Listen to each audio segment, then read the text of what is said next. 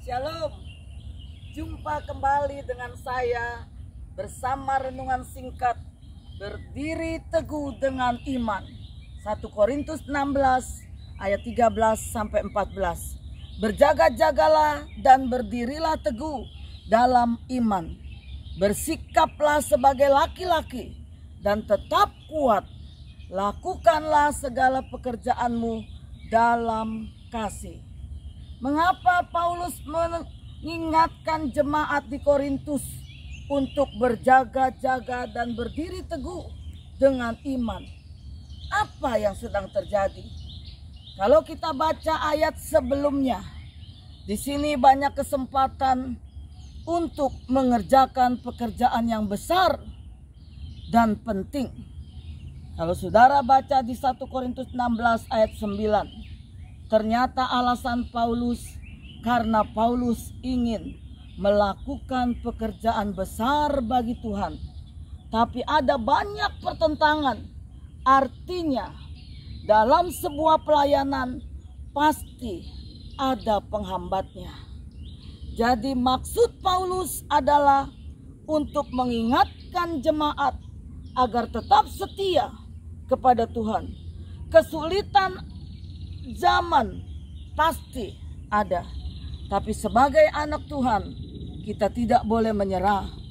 Paulus menasihati saudara dan saya agar berdiri teguh dengan iman supaya kita bisa melewati penderitaan, masalah, persoalan. Bagaimana supaya kita bisa berdiri teguh? Yang pertama, kita belajar menghidupi firman Tuhan. Ada tertulis di dalam Matius 4 ayat 4, manusia bukan hidup hanya oleh roti saja, tetapi oleh firman Tuhan yang keluar dari mulut Allah.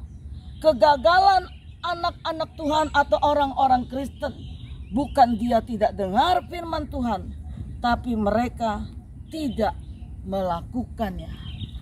Saudara, apa ciri orang yang melakukan firman Tuhan? Yang pertama, kehidupannya menjadi lebih baik. Ada perubahan yang terlihat. Contoh, kalau dulu suka merokok, maka sekarang dia berhenti untuk merokok. Kalau dahulu dia suka berbohong, maka sekarang dia tidak lagi berbohong. Dua, lebih mengasihi Tuhan dan sesama. Mengasihi Tuhan berarti kita mengikis ego kita. Kita tidak merasa kita yang paling hebat. Yang ketiga, sabar dalam menghadapi segala hal. Tidak mudah marah, tidak mudah tersinggung dan putus asa. Yang kedua, mengikuti pimpinan Tuhan. Tuhan melihat ketaatan saudara dan saya. Kadang Tuhan pakai ketaatan untuk melihat mujizat. Kita ingat bukan kisah Petrus?